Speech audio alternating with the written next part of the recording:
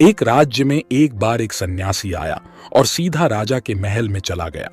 उस सन्यासी की वेशभूषा को देखकर राजा के किसी भी सिपाही ने उसे अंदर जाने से नहीं रोका। वो सन्यासी सीधा राजा के दरबार में चला गया। सन्यासी को अपने सामने खड़ा देख राजा ने उनसे पूछा, आप कौन हैं और क्या चाहते हैं? सन्यासी बोला, मैं एक आध्यात्मिक गुरु हूं और प्रवचन देने के लिए दूसरे राज्य जा रहा था, लेकिन अब दिन ढलने को आया है तो मैं आज रात आपके महल में ही रुकूंगा। रात बिताने के लिए बस में थोड़ी जगह चाहता हूं। सन्यासी की बात सुनकर राजा बोला, ये एक राजा का महल है, कोई विश्राम स्थल नहीं जो आप यहां रात में रुकना चाहते हैं। आप बाहर जाइए, वहां रहने की आपको कोई ना कोई जगह मिल जाएगी। सन्यासी ने राजा से फिर प्रश्न किया, महाराज, क्या मैं जान सकता हूं कि आपसे पहले यह महल किसका था? राजा बोला, मेरे पिता का था, क्योंकि मुझसे पहले वही राजा था। सन्यासी ने फिर प्रश्न किया, अच्छा, तो अब आपके पिताजी कहां हैं? राजा बोला, अब वो इस दुनिया में नहीं रहे, उन्हीं के बाद तो मैं राजा बना। अच्छा, आपके पिता से पहले यह महल किसका था? सन्यासी ने फिर से प्रश्न पूछा।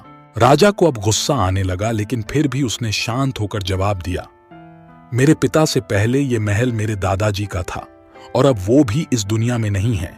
अब सन्यासी बोला, ये जगह जो ना कल तुम्हारी थी और ना ही तुम्हारे जाने के बाद ये किसी और की होगी। इस संसार में लोग कुछ ही समय रह पाते हैं और फिर चले जाते हैं। जहां हम अपना समय बिताते हैं वही हमारा विश्राम स्थल है। ना तुम इसे अपने साथ लेकर जा पाओगे, ना ही कोई और। बताओ, ये महल एक विश्राम स्थल नहीं है तो और क्या है? राजा को उनकी बात समझ आ गई और हाथ जोड़कर माफी मांगने लगा। उसने सन्यासी को रुकने को जगह दे दी। दोस्तों, ये बात तो हम सभी जानते हैं कि इस संसार से हम कुछ भी लेकर नहीं जा सकते। खाली हाथ आए थे और खाली हाथ ही जाना है। जब तक इस संसार आप हैं तो मैं या मेरा इस चक्कर में ना पड़ें। जिंदगी में धन, लोभ, लालच के पीछे ना भागें। भागना है तो खुशियों के पीछे भागें। जिंदगी का मजा बहुत पैसों में या फिर बड़ी गाड़ी में नहीं है। जिंदगी का मजा है खुश रहने में।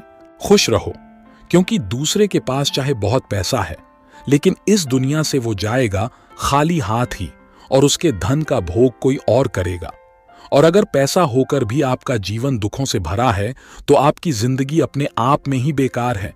याद रखना और इस पर गहराई से सोचना, आलीशान जिंदगी से बेहतर है एक खुशहाल जिंदगी।